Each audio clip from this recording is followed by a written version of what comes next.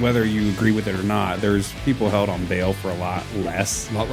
Had I been prepping him for his deposition, less is more, Mr. Sterling, okay? Listen to the question and answer the question. Oh, here she comes. Oh. You see that?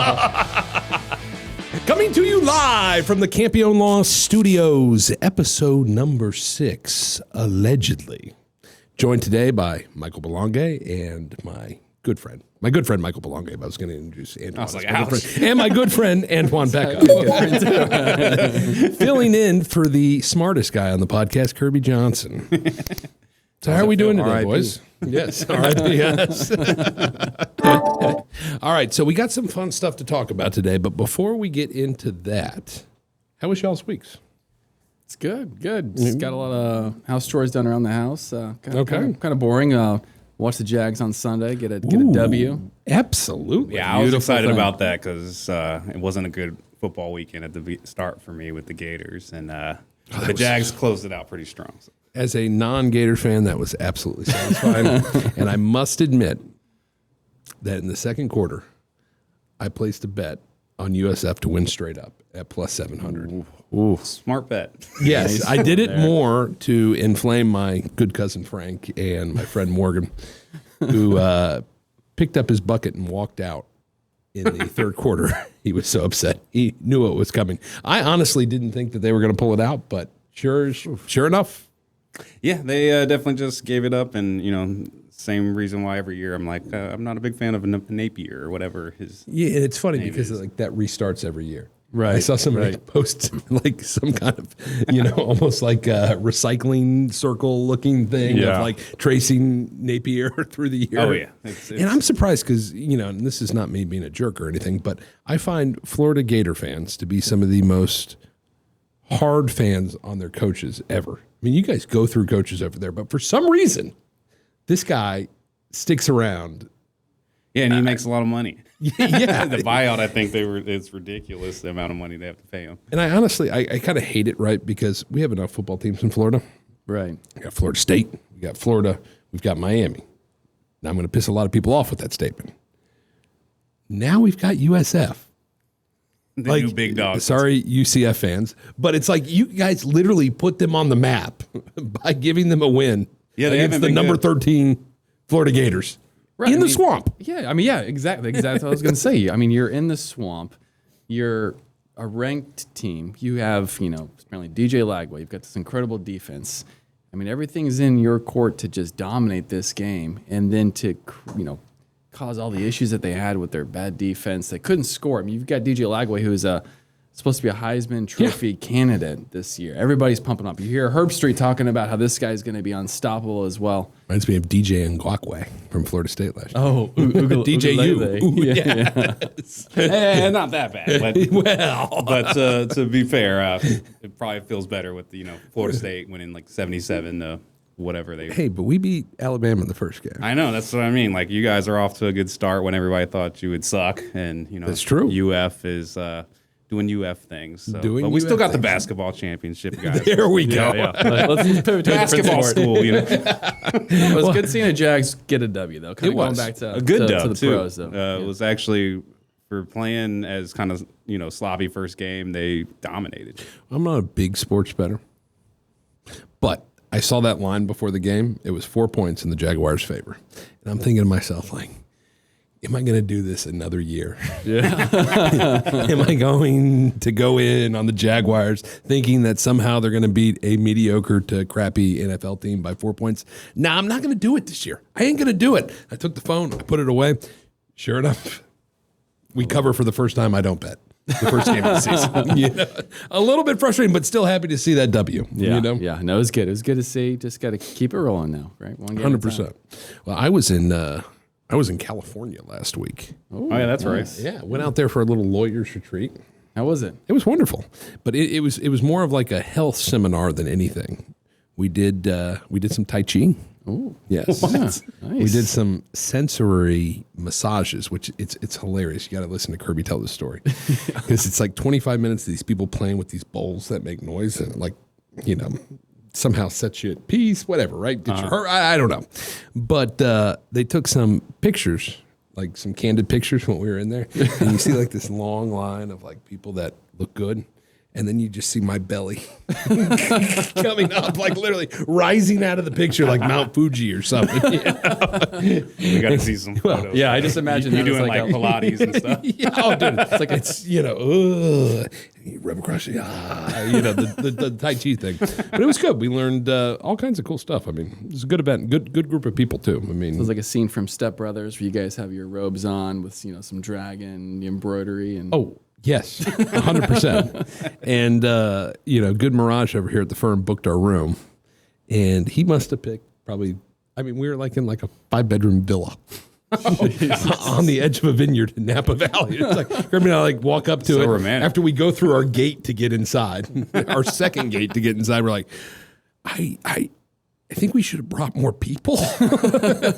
Where I'm at one end of the house yelling for Kirby. He can't hear me. I'm having to call him on my phone. Plenty of time for journaling and It was great. Just relaxation. We got to experience everything Napa had to offer. That's awesome. Yeah, and then we ended up we missed our flight because it was delayed for maintenance issues. American Airlines. Shocker.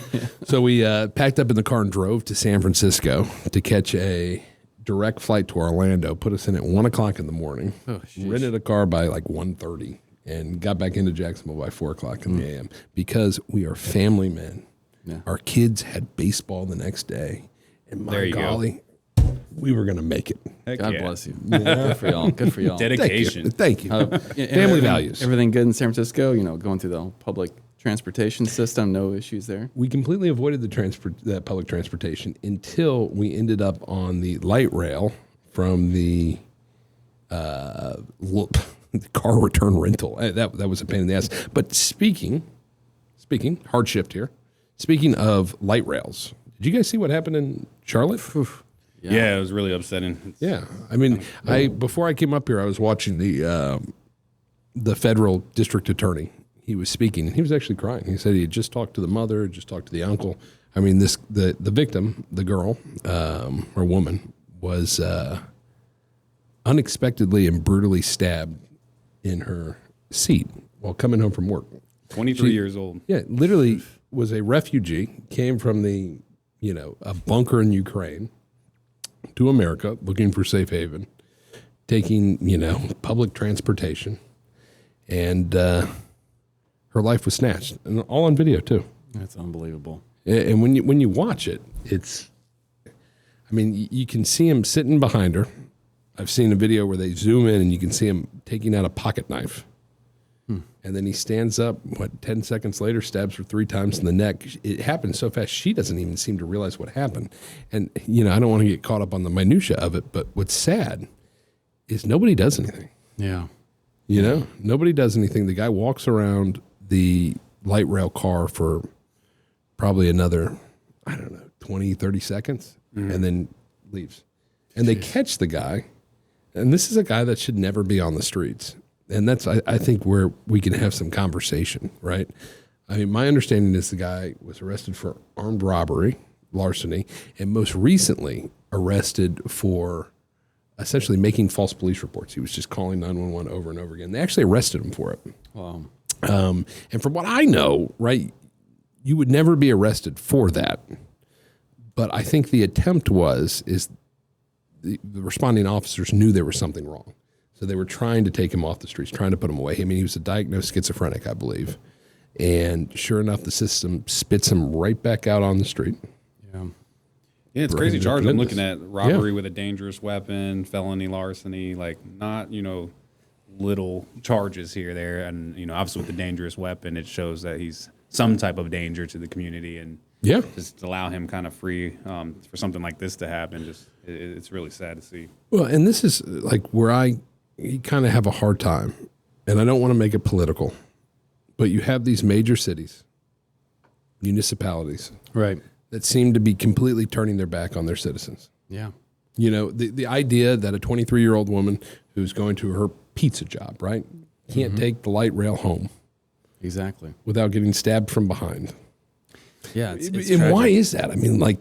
Well, I think it starts with kind of the politics at play, right? So, not to get political, but that's ultimately we see, these jurisdictions where they have these politics in play and they have these cashless bail systems. They have, not proper staffing for, security and everything else. They have these laws that are really not there to secure the property, to secure the premises for the citizens. They're not putting the citizens first. And I think these types of events are foreseeable. These things are starting to happen. I mean, kind of what you're talking about with the fact that he did this violent crime. I mean, he literally just opens up his knife, commits this heinous act, and then just quietly walks away and leaves, and nobody stops him or does anything.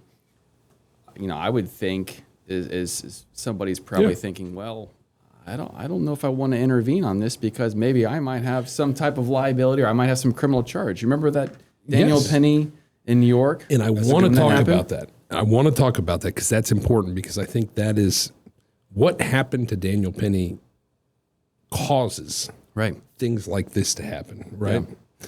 And I mean, my understanding, he's walking, after he stabs her, he's walking back and forth through the light rail, and he actually makes eye contact with another woman. Could you imagine? Oh, it's just terrifying. I mean, and I'm looking here, right?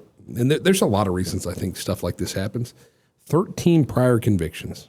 I think, Mike, you mentioned this, armed robbery, and he was released without bail, right? Without bail. Which is crazy because we've all heard, like, not whether you agree with it or not, there's people held on bail for a lot less. A lot less. And whether you agree with like that or not, but this is somebody that's violent, and they just allowed him to walk around scot-free, and unfortunately, look what happened. But it's like, when do we have a time, right, where these people that support cashless bail, when do they actually get held accountable? Because we're in a situation, and I see both sides of the equation, right? Like, we don't really have mental health facilities anymore. Like, we don't have places where you can put these things. And then you couple that, like not having the resources to deal with crazy people, you couple that with being soft on crime, and you end up with people essentially just roaming the streets that should never be there. And I'm over here like, yeah, the world cannot be perfect. If you don't have a mental health facility, which you should, I'm not disagreeing with that, right? But put them in jail. Don't let them out, or this is what happens. Well, the whole point of it is to protect the citizens, right? Yeah. It's the danger to society that this individual imposes. And so I have kind of a unique perspective. I'm a former prosecutor, and Mike is a former public defender. So we've kind of seen it from different sides, but we've been in the courtroom in the criminal side. And so going back to this cashless bail issue, because it's an issue, and I think it's a failed issue. So what you have is when somebody gets charged with a crime, typically you go in front of the judge and there's a bond hearing as well, right? And so they set their bond. Now, when I was a prosecutor, I used to go to first appearances where if the defendant was still in custody, they would go in front of a judge within 24 hours, and we would make recommendations as to bond requirements, right? So we would make monetary requirements. We would say, no contact with the victim. If this was a violent crime, no drugs or alcohol, or maybe there needs to be some pretrial monitor. They do need to wear an ankle bracelet, something like that. And when we're taking things into account, when we're making our recommendations, it goes into the prior criminal history, right? What is the nature of their prior criminal history? Is there no history? Is the prior crimes violent crimes like this? Then obviously we're going to recommend a higher bond amount. We're going to recommend maybe, no bonds or monitoring that goes along with that as well. And so this whole idea of this cashless bail for pretrial release, it's just, I think that the goal was to make that more for non-violent crimes as well. Exactly. And so to do that for violent crimes or somebody has a history of violent crimes to give them cashless, that's ridiculous to me. And criminal, like obviously this is in Charlotte, North Carolina, not Florida, but even from the criminal defense side, we're more in support for like the cashless bonds and stuff like that. But it was, to your point, not for people that are violent criminals. It was for your people that are going to prison or not prison, jail, over, too many suspended license charges or something that's not, it's a victimless crime and maybe doesn't have the funds to fight it and they don't want to sit in jail, for months when they're fighting a petty crime. But when you're, talking about somebody out here that could potentially hurt people and obviously did, that's just ridiculous. And it comes down to the point where I agree. It might be more politics or policies instead of just common sense. Yeah. And before we move on, let's watch the video. Hey, this is tough. Makes me mad. Makes me sad. Yeah, it's because it's such a simple thing that could have been prevented. And look, this is. I mean, this is after she's been stabbed. She really doesn't realize. See, and nobody's even moving around. Nobody's moving. Oh, so this is after. This is after. This is post. She's just been stabbed. This is him. Look, that's her blood that he's dripping. Just standing there. Nobody's doing anything. Her blood around. What is going on? You almost wonder, did they not? I mean, there's blood all over the floor. Are they not realizing? Yeah, are they confused? What are these guys doing right there where they don't want to step in? He saw it. Yeah, look at he's looking at the blood on it. It's disgusting. Well, and I think, again, kind of the point we're talking about, the whole Daniel Penny thing. I think a lot of people are thinking, well, maybe I shouldn't intervene because I don't want anything bad to happen to me. If I'm going to be charged with a crime if I try to intervene. 100%. It's like the blood of crimes like this should land on the hands of people like Letitia Jackson. Yes. God. I mean, it makes me angry. I mean, and let's talk about Daniel Penny. I mean, this is a little bit further back in the news, but this was the guy, I think it was on a New York subway. There was somebody with, essentially mental health issues that should have never been on the street. Right. I mean, Mike, I don't know if you've got it pulled up, but how many how many prior charges did that man have?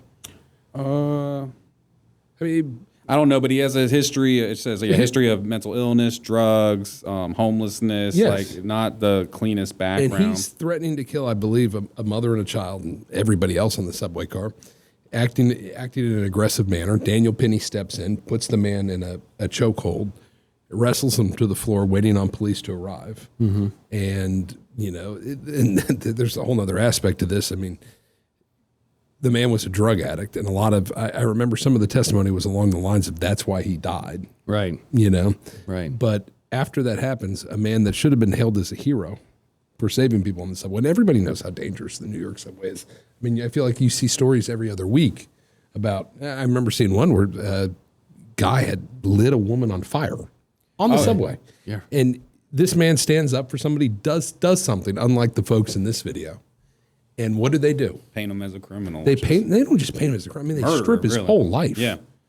I mean, people don't, you guys know from your background what it means to actually be charged with a crime like that. Oh, there's a huge stigma with that because it's not just, okay, well, he ended up becoming acquitted of the crime, but he's forever going to be known as somebody who got charged with this crime as well. And, he had to go hire an attorney. He, couldn't work during that time. Bankrupts most people. Exactly. And let's not discount the fact that, like people are putting their homes up for mortgage to pay for an attorney that can take a high profile case. I mean, that's not just you bankrupting yourself. You're probably bankrupting your mother, your father, your family that are trying to support you through that. Yeah. Because that's I mean, to hire a defense attorney to that magnitude, unless you've got something special work, that's $1 million. Yeah. It's definitely in the six figs high, especially a high profile case like this. Yeah. And then, like I said, not just, we don't want to also discount like what he's gone through. They're trying to paint the other guy as the victim, but this guy was trying to save some other people, was not actively trying to hurt the guy, and unfortunately the guy passed away or whatever. But he's trying to do something good, and he has to live with that now too. It doesn't make it easier on him, but he's got to live with that. I sincerely believe he didn't mean to kill the guy. You can tell by the video; it's a little bit different. He's not overly aggressive. It's unfortunate what happens, but he's clearly trying to protect people. I think that's the difference. We talked about stand your ground a little bit before. Yep. It also applies to third parties. Like if you think somebody else is in immediate harm and he's trying to reasonably protect them, I don't think he did anything unreasonable, and the jury obviously agreed with him. And don't get me wrong; like there's some issues with the stand your ground rule, or stand your ground law, but overall, I think the reason for it, right? The need for it is good, right? Like you should be encouraged as a citizen by the law to step in and intervene if somebody else is in trouble. Yeah, absolutely. And I think that kind of goes back to what we were talking about earlier, where I think Could the law be better? Sure. Is it perfect? No. Is there any perfect law? No. But I think that our law is a lot better than it is in other states as well. And I think you're seeing evidence of that with the Daniel Penny, criminal indictment with that trial as well. And I think kind of going back to this and reviewing that video, I think there's why you see other people on that trainer saying, I don't want to get involved because they're nervous that what could happen to them, and not only from the standpoint of this defendant, this guy who's stabbing people, but also from the standpoint of, well, what if I go and intervene and I take this guy out? Well, now what's going to happen? Am I going to get charged with a crime for trying to save this woman or trying to protect everybody else? I mean, that's ridiculous, but that's the nature of the law that it is in some of these different areas. Well, and thank God for those jurors in New York, right? I mean, Mike, bring us up to speed. I mean, how did that play out? Yeah, so it looks like he got charged with 2 charges: second-degree manslaughter caused by recklessness, so that's a little bit higher standard, and then the secondary charge was criminally negligent homicide. Essentially just need criminal negligence. So it's a little bit less severe on the mental capacity that you need to prove. But got charged with both. It looks like it got to the jury, and the jury, it was basically a hung jury on the first charge. So the judge agreed to dismiss it, and then they ruled not guilty on the second charge. So I think they made the right call. Obviously, that's why we have jury trials, but And like you said, credit to them for doing the right thing. It seems from what we know, but it's some pretty 2 serious charges there, and really he didn't get his justice until the very end. Well, and that's what's so crazy about that is that should have never even gotten that far. I mean, when we're typically dealing with crimes, and Mike can talk about this, crimes are typically, most of the variety, 98% of the crimes that we're dealing with, right, with theft or with a murder, is they have to prove specific intent, right, that the criminal defendant intended to commit this act as well. With this crime that Daniel Penny was charged with, it wasn't necessarily that he was intentional, it was reckless. It was something that, he didn't intentionally try to kill him. The layman citizen didn't properly put on a chokehold. Right. It's crazy. You think he would have put on a choke if he would have had to do that, period, if that gentleman hadn't acted that way? Yeah, they're basically saying he held on for too long after the guy gave up or something. But, in that moment, too, it's really hard to judge, action so quickly. It's easy to sit back and, Monday morning quarterback it. But in the heat of it where somebody could have, what if he killed multiple people on that, train that day? 100%. Like if he just sat back and did nothing like the people did in this case, it'd be a whole different story. But it's just sad that, what he had to deal with going, because probably half the country's, judging one way and and not seeing it for what it is. This is what I was mentioning earlier. I think is interesting. Penny's lawyers theorize that Neely died from another cause, possibly a drug overdose or sickle cell crisis, which is kind of interesting, right? Because you wonder how much that actually played in with the jury. Because it's like, hey, if you put this chokehold on you, me, right, would we have died? Right. Or was it because of, an underlying, condition or drug dependency or something? It's kind of it's an interesting legal argument. Sad. Should we shift gears to something? Yeah. Let's go light. Yeah. Let's stay in the crime realm, but keep it a little bit lighter. Have you guys seen Breaking Bad? Of course, one of my favorite shows. Okay. Well, we've got Breaking Bad star Raymond Cruz put in handcuffs and taken to jail over a petty parking dispute. You guys know anything about this? Yeah, I heard a little bit about this. So this is the guy that played Salamanca in Breaking Bad. He's also played like a cop on TV, which is pretty funny. But I heard basically he was trying to wash his car or something, and there was some ladies around there parked really close, and he allegedly asked them to move nicely so he can wash his car. Apparently they just refused to. I don't know how that happens or why he's washing his car there. I don't have no idea. But and I guess at one point there's a verbal altercation, and he sprays these ladies with the hose. LAPD, baby. Crazy part is with all the stuff going on, the cops felt it was necessary to come down there, arrest him, take him to jail. And mind you, this is somebody that apparently, I don't know his history, but from what I see in the articles, no criminal record. Yeah, no criminal record. Not that playing a cop gets you out of it. It's just ironic that, somebody that's never really been in trouble played a cop on TV at some point, and then they thought that this was the charge to take him down. Regardless, it's pretty silly to me. Well, he's never been arrested before. He looks like a tough guy. Yeah. I have to say, he plays the part well. Oh, yeah, in Breaking Bad, he's I a don't lunatic. think I would mess with that guy if I was having a dispute over washing my car. Yeah, it sounds like I think, and I'm not judging. I don't know these ladies. I didn't, I'm just going by the article, but it sounds like a lot of Karens. Yeah, is what it sounds exactly. like. And it sounds after Karens. he asks them to leave or to move, and they say no, they start filming him washing his car, and I think that's what provokes him to get a little more angry. And so it just seems like they were looking for something there, maybe to sell to TMZ or something. I don't know. If the phone's coming out when you're asking them to do something, that's a Karen moment here. All right? 100%. I'm trying to get you. I'm trying to bait you into doing something as well. I mean, Do you ever watch those Karen fail videos?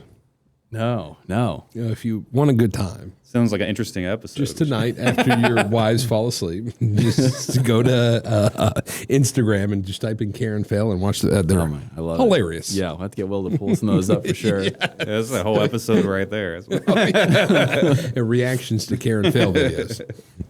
All right. Well, speaking of another Karen, right? Yeah. And we talked a little bit about the U.S. Open scene last night. And I think there's some legal analysis that can be offered on this. Have you guys seen the video at the Braves, or not the Phillies game? Yeah. Yeah, that lady gets angry. That's hilarious. Yeah. That's hilarious. I don't know. Well, exactly. I didn't really get exactly what happened. Will, but play the video. Play the video. Let's see this thing. So, and while he's pulling it up, it's funny, right? Because you've got a dad and a son at a baseball game. Just an American pastime, right? Right. Yeah. Ball gets hit in the outfield. A couple people scramble for the ball. Phillies. A couple people scramble for the ball. Dad comes up with it, runs back over, gives it to his son. His son's, dang, number one, Dad, he got me the ball. yeah. And then you've got this. I want to be careful how I describe this woman. Somebody that looks like a Karen. She's got that kind of Rosie O'Donnell look to her. And she comes marching over there. Oh, yeah, here we go. There we go. Look at that son. Look how happy he is. They're hugging. Oh, here she comes. Oh, whoa. You see that? Oh. Yeah, she's up there. You're down here. Yep, no, it's his ball. You want that ball? Yeah, I want that ball. How could you in front of the kid? All right, lady, take your darn ball. Get the heck out of here. How do you feel good about yourself? Yeah. That's She didn't even have it. She wasn't even that row when the ball was hit there. And it's going to the kid. Good God. And I hate to say this, but everybody's giving her a hard time. Yes, let's dox her, everything. But dox her husband too, sitting right there next to her. Yeah. Who's doesn't okay stop her. with their wife doing that? Honey, give the ball back to the 5-year-old or the 7-year-old kid. You know what I mean? This is going to end up on TV. Well, 100%. And I just have to imagine that man gets, just beaten and, tormented at home by, whoever would do this. I'm sure it's not a pleasure. To Right, live and this with is different from the U.S. Open from last week where the tennis player was signing something and going to hand it to the kid, and it's clear he's handing it to the kid, and then the guy swipes in and then 100%. steals it. This is different where a ball's hit there, and everybody knows when a ball's hit, it's kind of fair game. I mean, obviously, don't be violent, don't hurt anybody, but it's kind of just grab the ball and whoever gets it, gets it. That's kind of the fun part of it. Right? And what do they say? I mean, this is very loose legal podcast here, but possession is 9/10 of the law.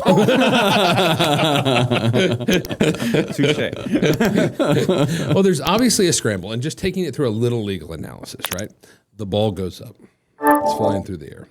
At that point in time, it's no longer property of MLB or Right. the Phillies or whatever. It lands in the stands. Mm-hmm. It's free game for whoever grabs it. Absolutely. Now, it'd be one thing, right, if a battery happened or something over this ball, right? You could make the argument. Yeah. If you push her out of the way and then you're going to grab the ball, then she gets injured, then maybe there could be some type of argument that he committed a battery to secure this ball. Furtherance of the conversion of the baseball. Right. Yeah, you can make that argument. Not in this case, though. No, not at all. This case, they should lock her up for being an asshole. I love his face there. Look at that. Oh. It's the tensing of the arm. Could you imagine if he swung? Yes. I think a good 3/4 of Americans would support some kind of reaction out of him. I just feel bad for all the Karens. Look at the kid. Look at the poor kid. All right. He's like, what is going on here? Here you go, Karen. Take your ball.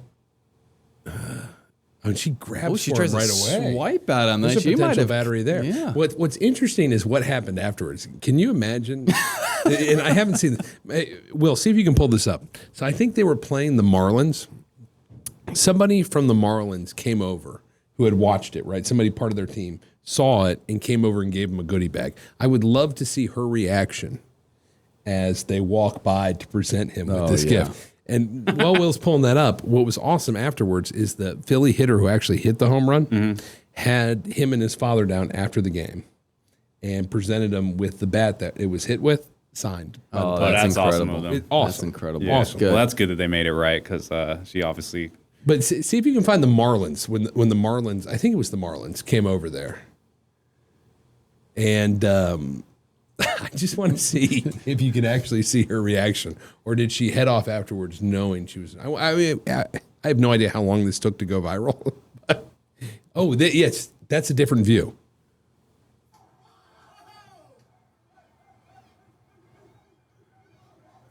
He's clearly going to give it to his kid.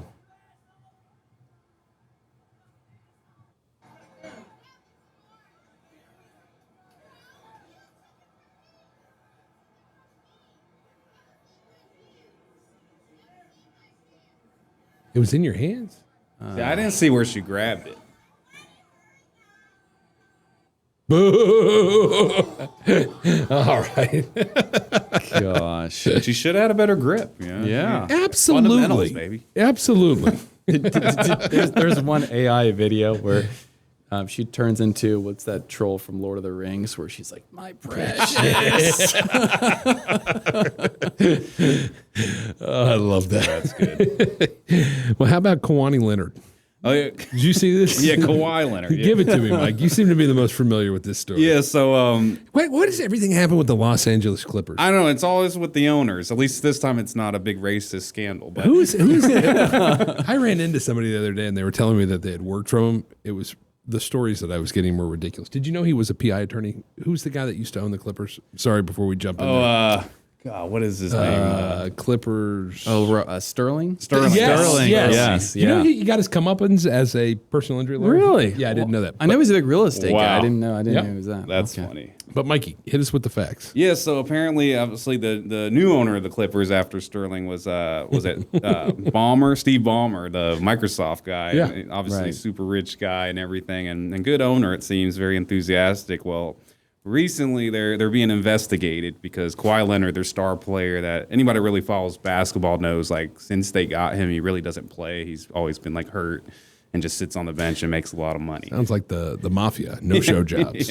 Well, speaking of no-show jobs, so there's in most sports there's a salary cap that keeps you from being able to just buy every player you want and keep the teams kind of even. And in this case, they set up this company that's basically a company that sounds like a company where celebrities and rich people can buy trees to be planted and make themselves feel good about the environment. There's probably conservation credits too, as well. Like, believe it or not, like if I haven't read up on this story, but a lot of times there's tax credit involved. So, I mean, you're defrauding the federal government, not just feeling good. Right, and I literally think that's it. That's kind of what they sold people on, and there's this contract that comes out, and the only reason it comes out is not because anybody was looking into this. Is the company, surprise, files for bankruptcy. I think this was a Doge situation. Maybe got cut out. How can we justify this $28 million, whatever it is? Yeah. 18 or 28? So $28 million. $28 They give a contract to Kawhi Leonard where he's required to do what? Nothing. Like he doesn't have to show up anywhere. Doesn't need to sign anything. No planting trees. Yeah, no planting of trees. Doesn't water trees. Anything. He just gets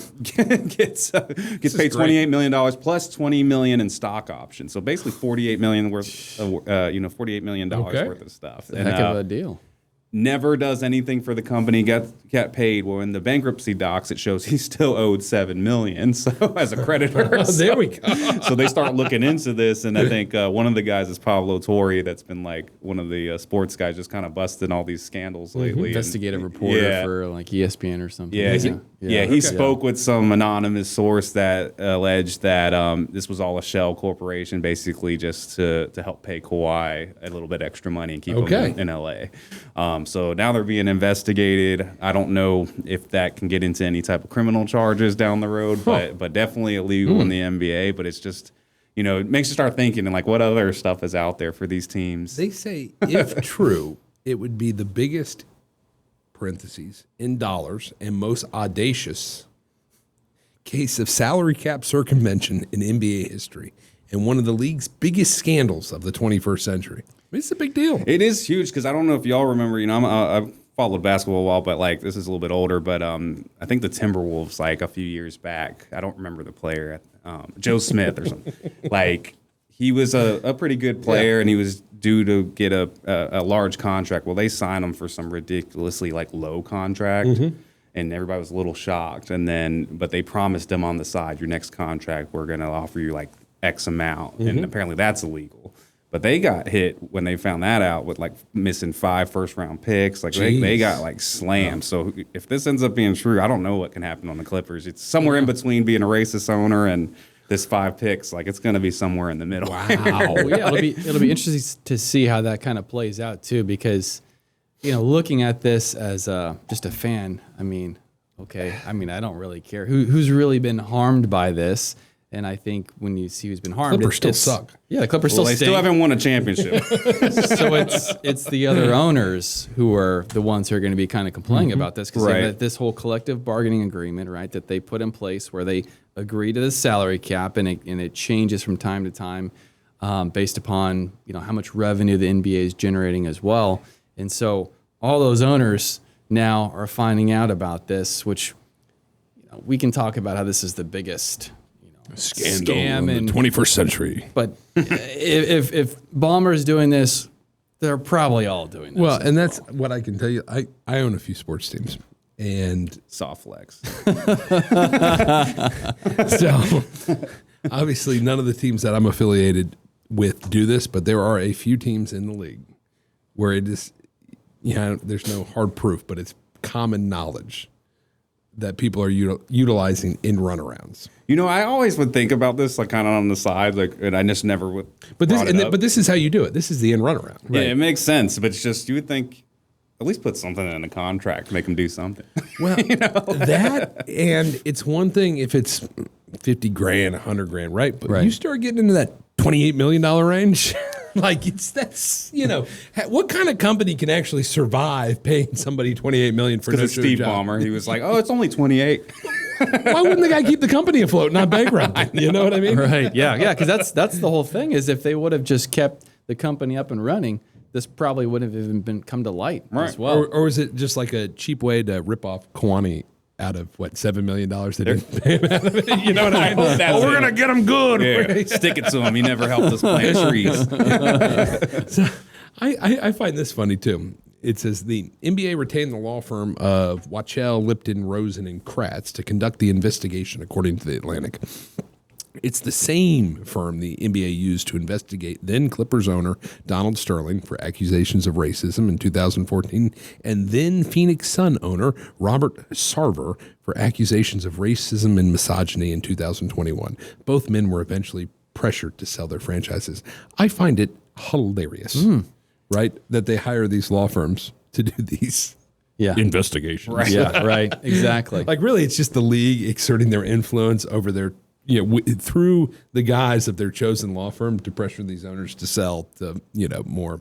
Which maybe that's the play here. Marketable owners. Right. Yeah. Maybe that's what the NBA is trying to do is then pressure Steve Ballmer to be forced to sell the team. That's what's going to happen here. That'll be interesting to watch. I guarantee. But kudos to that firm, though, because they also got us one of the best deposition transcripts of all time. Because I don't know if you remember that Donald Sterling. No. I don't know. We can cut it out if this is too much, but like I got the clips pulled come on, read Yes, that. yes, give it to us. I want to hear this. Because I hear the guy's a freaking character. Because this- there's Everything like I've an ever FX show, I think, on Donald yeah. Sterling, because he's just crazy racist, and like everybody knew that he was this racist, and it just was Well, swept in under an the rug. incredible massage. In massage. Oh yeah. So this is part of his transcript, and this is legit. It's answer. Well, I fool around sometimes. I do. When a girl seduces me and tells me all these hot stories and dirty things, and tells me how much she wants to suck on me, and takes my shoes off and licks my feet and touches me.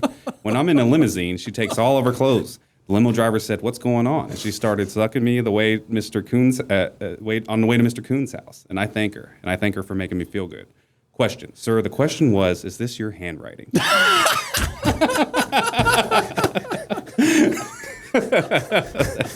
How do you get that far in life? Giving answers to questions. He like must have that? made the money way before It's- this. It sounds like he didn't get a proper deposition prep from his attorney, right? That's Exhibit A. Now, right had I been prepping him for his deposition, less is more, Mr. Yes. Sterling. Okay, listen to the question and answer the question. Hey, he seems to be a very thankful guy, willing to give appreciation where appreciation due. Wow.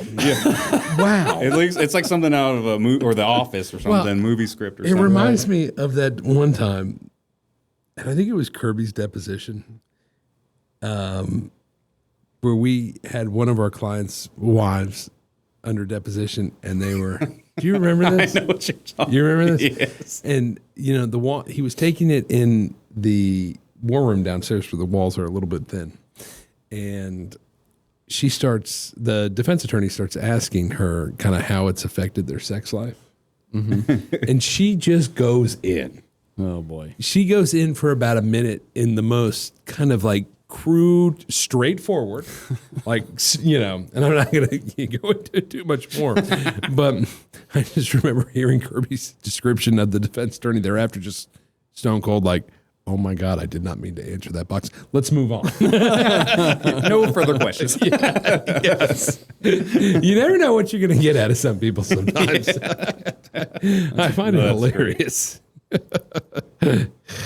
Oh, geez. Well, where do we go from here, guys? Yeah, Donald Sterling. I know, that was a licking juicy toes Well, it's interesting, kind of going back to the whole sports franchise, this professional sports too, as far as the different things that they do, but also I think the influence that I think the professional, like the NFL or the NBA, that they have, when they have these law firms and when they're trying to do things. And it's interesting to see sometimes when they push back. So another example of that would be when the NFL, when they were going after, I think, John Gruden, and saying about how John Gruden, they were trying to, I think, put pressure on, I think, the Raiders to get him fired.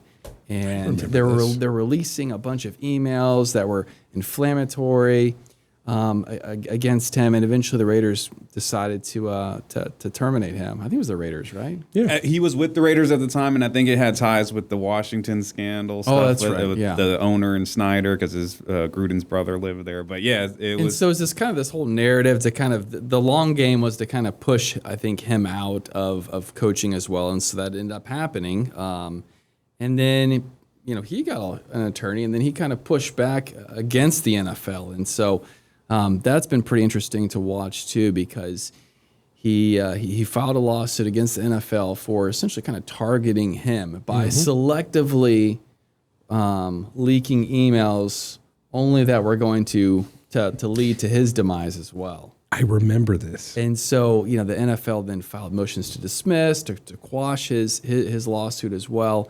And the federal court went ahead and ruled in his favor that he was allowed to proceed forward with his claim, to go forward with discovery against the NFL. God Now, bless. the NFL is terrified of that, because when you have to engage in discovery, that means you got to provide documents, you got to provide files, videos, all types of things that you're not in control of, right? Now you have a court telling you that you have to give up these documents. The big bad NFL, or not big bad, but the big NFL, big corporation, they want to be able to decide what they can leak out as well. And so that's been kind of interesting to watch as well. And I can tell you, going back into soft flex land, when you're dealing with these organizations, you like the public doesn't realize what they do, right? They almost play this like omnibus kind of like, I'm a globe, I'm just here. Right. But really, I mean, they are pulling strings in the background. If they don't like an owner, they're going to take an owner out. Exactly. If they don't like a team, right, they're going to make sure the team's moved. Right. You know what I mean? They have more, and they do it in a way that's kind of like, you know, in the dead of night. But your point is, and I loved the strategy there. Yeah. Like, put it in the light. Right. Like right. let's show the general public what you're doing here. Yeah, because I think that was the goal of the NFL, is to kind of push Gruden out, get him out, and then he'll just kind of float off into the sunset, and we won't hear from him again. And he pushed back and said, "Nope, I'm not going that way." And it's been pretty interesting to watch that. Yeah, I see. I love him too, but I see a settlement in his future. I do too. He might even get a coaching job. Who knows? Well, that also happened too with who's the coach that was he's now the defensive coordinator for the Vikings. Oh, Flores. Yeah, Flores. Yeah. So, you know, the NFL has the rule, the Rooney rule, where instead of just, you know, hiring X amount of candidates, whoever you want to hire, you have to, you know, give a minority a chance. And so you have to interview at least 2 or 3 minorities. You're required to before you go ahead and hire your head coach or your offensive coordinator, so on and so forth. And so Flores, he filed a class action saying, you know, you're essentially just picking a minority and you're never going to hire this person. You've already selected who your head coach is going to be, and you're basically just picking somebody to check the box on that as well. And it was interesting because by doing that, to shed light on that, he's kind of isolating himself in the sense that he might never have a job again in the NFL. But I think what was really interesting about that is I believe it's settled, right? Or they kind of came to a resolution, and he ended up getting a job the very next season as well. And I think that speaks a lot to the NFL, that there was some kind of shadiness that was going on with that, and good for him for shedding light on that as well. 100%. Because he's a fantastic coach, and I think he does need to be a head coach one day. Yeah, it was the same thing that they filed a motion to dismiss, so that's probably their routine response. But the federal court said that, nope, he can move on with that claim, and then I believe it ended up settling out later. Yeah. Well, good stuff, guys. I think we wrap it up for the day here. Yeah, absolutely. You know, thank you for filling in for Mr. Johnson today. Yeah, man, all that brain power over there. Yes, I thought he did a great job. You did filling out that chair. It's and I think Mike and I don't get enough credit. Yeah, we're a little bit. We're not just pretty faces around here. You goddamn right. All right, allegedly, episode 6. Check it out. If you like it, subscribe, please. Leaving you from the Campione Law Studios. We'll see you next week.